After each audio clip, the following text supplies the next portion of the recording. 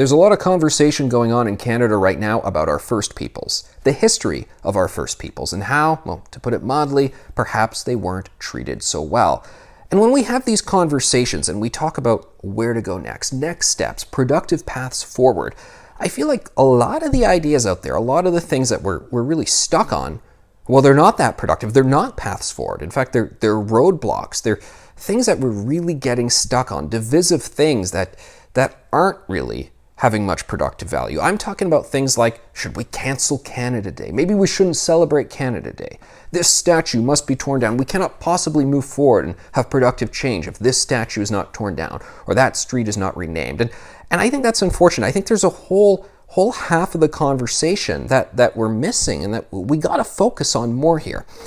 And it makes me think back to this a couple lines in this book that one scholar, a Canadian scholar writing on First Nations issues, wrote about. And I've never forgotten where he wrote that when it comes to how we talk about First Nations issues, the failures, the tragedies are loud, but the successes are quiet. And what he meant by that was when there are stories about, say, horrible things that have recently been happening on First Nations reserves, remote communities. And you see these stories sometimes, and they dominate the headlines for a couple days, for a week. The politicians talk about them and so forth, and they deserve the attention they get. You know, horrible conditions that people are living under, tragedies that have happened and so forth. Yes, by all means, we got to talk about them, but we do that, and then there are other things happening that we don't talk about. I'm talking about the great successes and developments and achievements that we're seeing from our First Peoples on particular reserves, particular communities. I mean, I can tell you, I've gone to a couple different Aboriginal business gatherings and consortiums and so forth, and they're sitting and they're talking about the advancements that they've made on this project or that project.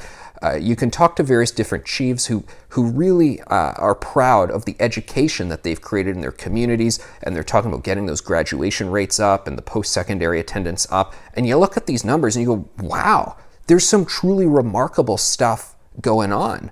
And these stories need to be told. And the people, the First Peoples who are actually working on these and rolling up their sleeves and getting to work on business development or progress in education, I mean, these people need to be held up as the everyday heroes they are. And quite frankly, I think on a day like Canada Day, you don't cancel it. You make it even bigger and broader. You bring everyone into the conversation. You talk about these great things that these First Nations peoples are doing to make Canada a better place. I mean, we've got to bring that part of the conversation in here, talking about the successes and the achievements. You got to talk about history. You got to talk about the things that weren't working, the things right now that aren't working. I mean, the absolute scandal that there's still communities without clean drinking water. That's definitely a problem.